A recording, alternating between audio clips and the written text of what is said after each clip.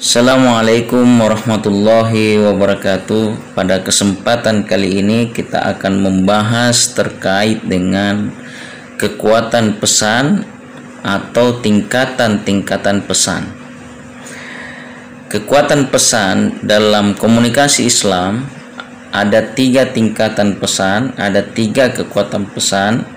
Yang pertama ada namanya naba, yang kedua ada khobar, yang ketiga ada hadis.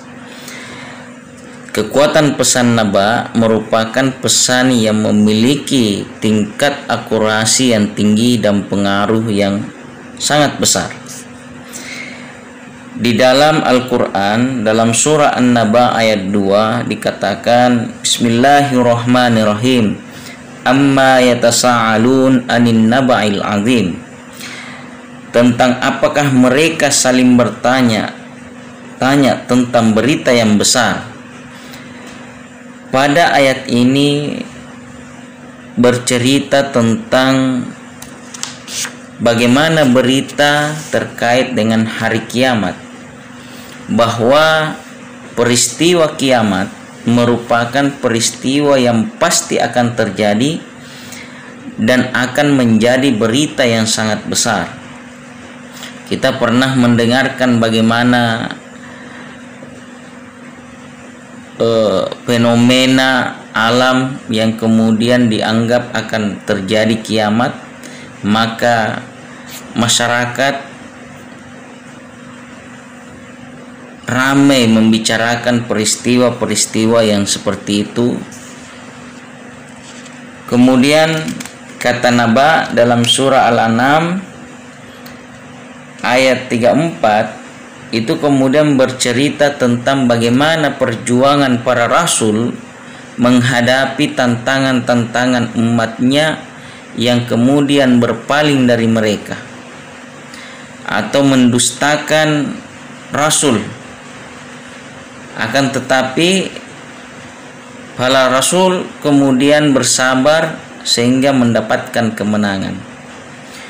Begitu pula bagaimana Rasul menyampaikan pesan terkait dengan hari kiamat.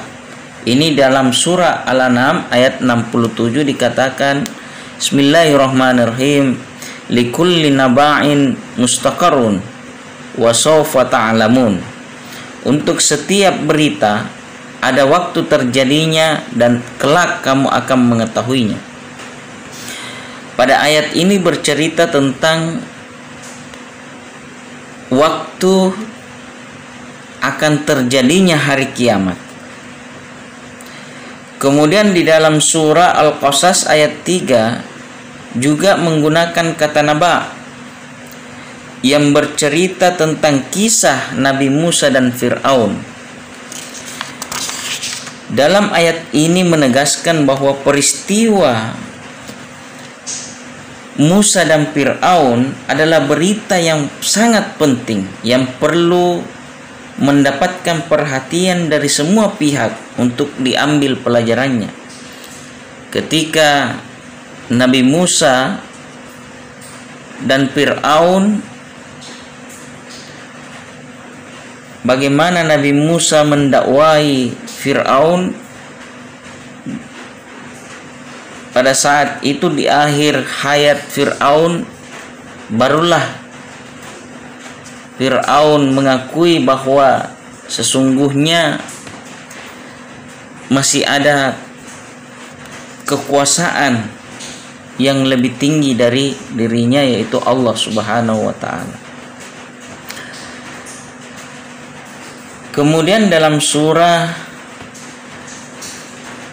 An-Naml ayat 22 ini bercerita tentang bagaimana berita yang dibawa oleh burung hudhud yang menyampaikan pesan terkait bahwa ada satu kerajaan yang besar di negeri Sabah.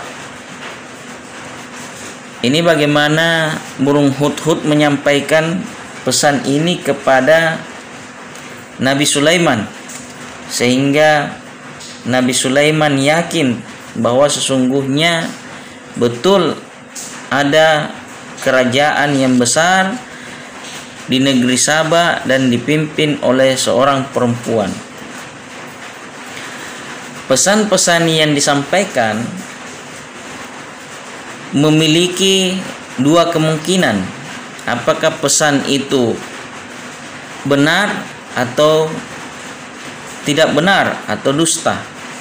Oleh karena itu, di dalam surah Al-Hujurat ayat 6 dikatakan, Bismillahirrahmanirrahim, Ya ayyuhalladzina amanu in ja'akum fasikum binaba'in fatabayyanu an tusibu qauman bijahalah fatusbihu ala ma fa'altum nadimin.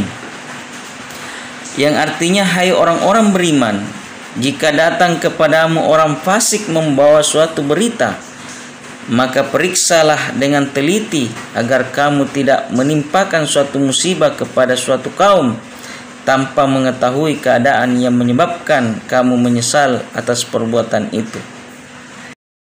Di dalam surah Al-Hujurat ayat 6 ini bercerita tentang ketika Rasulullah SAW memerintahkan kepada Al-Walid bin Uqbah untuk mengumpulkan zakat dari Bani Mustalik. Ketika mendengar ada utusan Rasulullah berangkat ke tempat mereka tinggal, mereka langsung menjemputnya. Ketika Walid mendengar bahwa mereka akan mendatanginya, terbersih di pikiran Al-Walid bahwa kedatangan mereka adalah untuk membunuh dirinya. Sehingga pada saat itu Walid kembali ke Madinah, kemudian mengatakan kepada Rasulullah bahwa Bani Mustalik menolak kedatangan untuk mengambil harta zakat mereka.